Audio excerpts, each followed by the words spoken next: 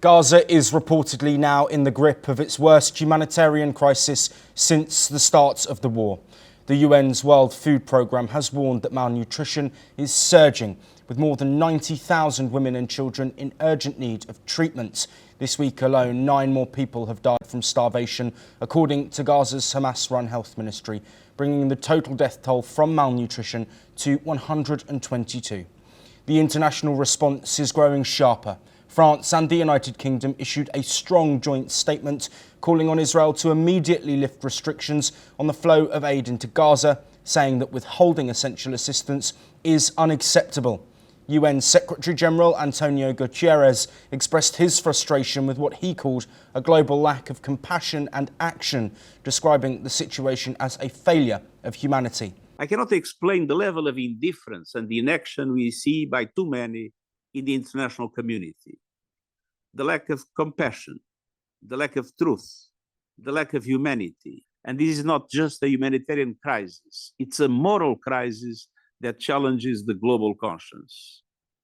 We will continue to speak out at every opportunity, but words don't feed hungry children.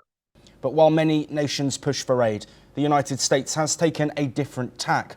President Donald Trump has called on Israel to escalate its military campaign and finish the job against Hamas. Trump's comments come after the US withdrew its Special Envoy Steve Witkoff from ceasefire talks in Qatar, blaming Hamas for not negotiating in good faith.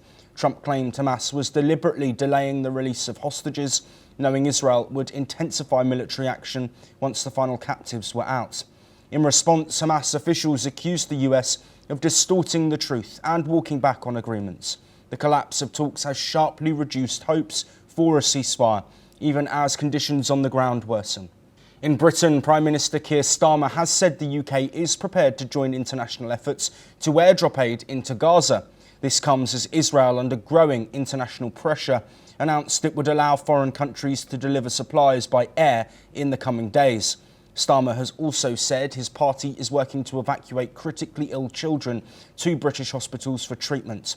Political momentum is also building around the issue of Palestinian statehood.